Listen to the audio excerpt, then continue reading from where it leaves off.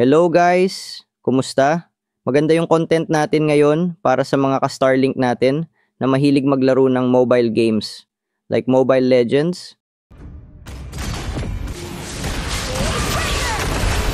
Call of Duty Mobile,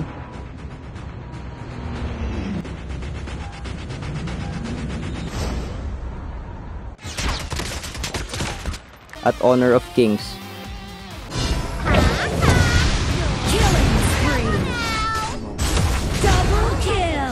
Mag-performance testing naman tayo this time.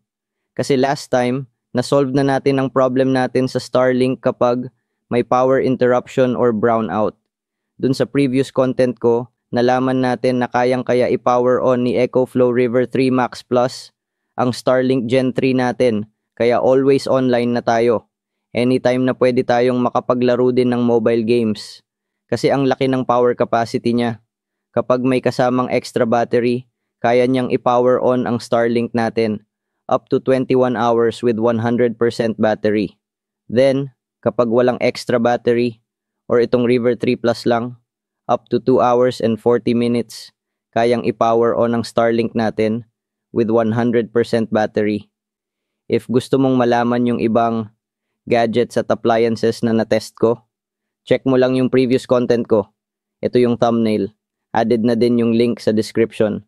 So, ngayon, mag-in-depth testing tayo ng performance ni Starlink Gen 3 with EcoFlow River 3 Max Plus. From speed test, may changes kaya siya sa speed test results compare sa direct saksak sa kuryente o wala. Then sa mobile gaming performance, smooth or hindi ba siya lag pag naglalaro ng Mobile Legends and Call of Duty Mobile. Then, a power usage and duration. Alamin natin if mas malakas ba mag-consume si Starlink ng kuryente if madaming nakakonect sa Starlink Wi-Fi? Tara guys, simulan na natin. Nga pala guys, huwag niyo kalimutang i-like yung ating video at mag-subscribe din. Salamat. Kanina pala nag-speed test na ako sa bahay ng Starlink, direct sa kuryente or grid nakasaksak. Ito yung speed test results niya. Nasa 94 Mbps ang download speed niya. Then sa upload 17 Mbps. Ang latency or ping niya is 40 ms. Right now kasi nasa Cavite ako, wala nang slot ng residential plan. Kaya no choice, nag-roam service plan muna ako. Baka isa sa reason yun kaya di nag-reach ng 100 to 200 Mbps ang speed. Congested na dito sa Mega Manila area. Kung makikita nyo sa map ng Starlink. This time, dinala ko ang Starlink ko sa labas. Para i-simulate yung future plans ko, like camping sa remote area. I-set up ko muna ang Starlink at ang EcoFlow River 3 Max Plus. So, eto nakasaksak na siya. Then may light indicator na din ang Starlink Gen 3 router natin. Pag wala pang nakakonect sa Starlink natin, basta nakasaksak lang. Tatagal siya ng 3 days with 96% battery, base dito sa indicator ni EcoFlow. Syempre ang goal natin gamitin. Ito yung view dito sa area ko ngayon, clear sky naman. Kita pa nga yung moon. Wala ding makapal na ulap. Around 6 PM na itong testing ko. Una kong gagawin, i-open lang ang Starlink app, then click yung alignment. Ganito yung lalabas. Ang goal lang natin, sundan lang natin yung suggested alignment at angle. Ganito lang siya gawin. I-move nyo lang yung Starlink until makapasok siya dun sa rectangle at mag-light yung border niya. Goods na yan pag ganyan na. Next naman, pumunta tayo sa obstruction at mag-scan para makasigurado. Ganito lang siya gawin guys. I-collect nyo lang itong mga green dots or particles hanggang mag 100%. Gaya nito. 100% na. Click view results lang. Ayun. Base dito sa results, walang solid na red color. Good indicator ito pag halos blue. Mababasa din nyo dito sa taas. Good siya for streaming video, web browsing, video calls, at online gaming. Speaking of online gaming, mag-test tayo ng mga online mobile games like Mobile Legends, Call of Duty Mobile, at Honor of Kings. Quick check lang natin itong indicator ni EcoFlow River 3 Max Plus pag running na siya with internet connection. Base dito sa indicator, 13.2 hours, pwede magamit ang Starlink sa River 3 Max Plus with 96% battery. Sobrang tagal na nun guys. Then yung usage niya nasa range ng 50 to 60 watts. Naka-off din kasi yung snow melt features ng Starlink ko kaya mas matipid. Bago tayo maglaro, quick speed test muna natin if okay ba talaga ang speed niya. Start tayo sa Starlink mobile app speed test. Ang lakas guys, sa download speed 119 Mbps, then sa upload speed 10 Mbps siya. At ang latency is 52 ms. Check naman natin sa fast.com. Nasa 100 Mbps ang download speed niya. Then sa speedtest.net, upload speed natin is 106.34 Mbps. Then ang latency or ping is 34 ms. Ayun, bumaba na ang latency ni Starlink. Try na natin maglaro ng online mobile games. Mag-start tayo sa Mobile Legends, mukhang tama nga yung result.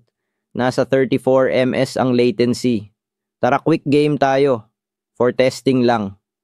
Sa start ng game, ang ping niya is ranging 28 ms to 47 ms. Guys, normal to kay Starlink kasi na naga-up and down ang latency niya.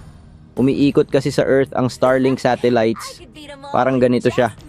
Added na din sa description yung link ng website na ito. Maganda lang ngayon green ping tayo. So hindi lag. Check naman natin sa Clash ang ping. Ganun pa din ang range ng latency natin. Bad trip lang napatay yung gamit kong hero. Sorry guys, medyo feeder sa laro. Minomonitor ko kasi yung latency. Ito pumapalag pa. Baka ma-epic comeback. Pupuso pa tayo dito. Kaso talo. Pero sa gameplay experience ko, smooth naman maglaro ng Mobile Legends with Starlink at EcoFlow River 3 Max Plus setup. Next game nating itry ay ang Call of Duty Mobile. Mag-VR mode muna tayo. Ayun guys, 39 to 58 ms ang latency sa start ng game. Then pag bumabaril na tayo sa kalaban, nasa 41 to 55 ms. Try naman natin pag nakasakay sa vehicle. Ayun, ganun pa din, green ping pa din around 40 ms. Same results lang pag sumakay ng motorcycle. Ito ang itry natin, sumakay sa tangke.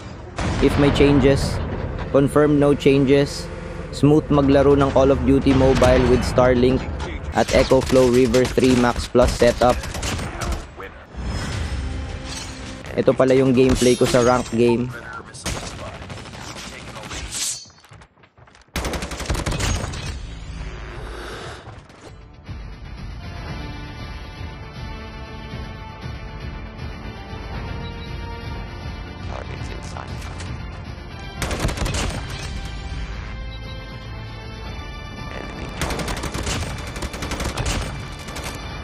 I-try naman natin sa Honor of Kings. If smooth maglaro with Starlink at EcoFlow River 3 Max Plus. Sa start ng game, naga-fluctuate ang ping. Pero nag-stable na sa 50 to 70 ms. Naga 100 plus minsan pero hindi naman siya lag. Split seconds lang nagiging green ping na ulit. Which is okay siya. Check natin sa mga clash if may changes. Okay naman, di naman siya lag. Green ping pa din. Medyo low rank pa ako dito guys. Kaka-install lang. Add nyo na lang ako if gusto nyo ako maging kakampi. Basta mid-mage ang role ko. Tara tapusin na natin itong game. Ayun panalo. Naka-quadra kill pa sa game. Confirmed. Smooth maglaro ng Honor of Kings with Starlink at EcoFlow River 3 Max Plus setup. May na-discover pala ako dito sa Starlink at EcoFlow River 3 Max Plus setup ko. Habang tumatagal bumaba ang output watts usage ni Starlink. Naging 47 watts na lang siya. Kanina kasi 13.2 hours pwede magamit ang Starlink sa River 3 Max Plus with 96% battery dun sa speed test at setup natin. Then ngayon 88% na lang ang battery after 2 hours. Pero naging 13.8 hours pa pwede nating magamit ang Starlink Gen 3. Bale naka 8% usage pa lang tayo within 2 hours. No changes din sa watts output kahit ilang devices pa nakakonect. Bale kung naka Starlink Mini ka, mas matipid sa kuryente yon. Hindi lang 13 hours ang duration nun. Ayun guys, if gusto mo din matry itong EcoFlow River 3 Max Plus. Tamang-tama guys. Pag bumili ka ng River 3 Max Plus dahil sa collaboration namin ni EcoFlow, makakakuha ka pa ng extra 5% off. Gamitin mo lang yung link at code ko. Added na din po siya sa description at nakapin na sa comment section. Check out na habang may promo pa. Comment down below guys if may question kayo about sa River 3 Max Plus. Thank you guys for watching. Don't forget to subscribe, like, comment, and share. See you on my next video.